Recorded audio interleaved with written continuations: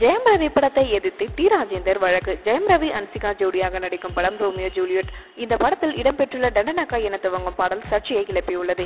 D ராஜேந்தரை இழிவுபடுத்துவது போல் இந்த பாடல் இருப்பதாக விமர்சனங்கள் கிளம்பியுள்ளன.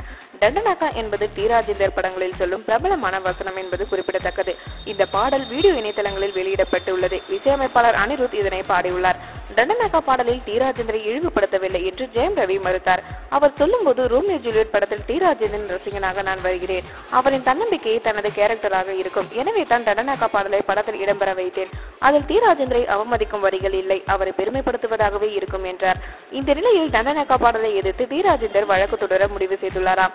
இது தொடர்பாக ரோமியோ ஜூலியட் தயாரிப்பாளர் நந்தகோபால், டைரக்டர் லட்சுமண், இமான், அனிருத் ஆகியோருக்கு வக்கீல் நோட்டீஸ் அனுப்பியிருப்பதாக தகவல்கள் வெளியாகியுள்ளது.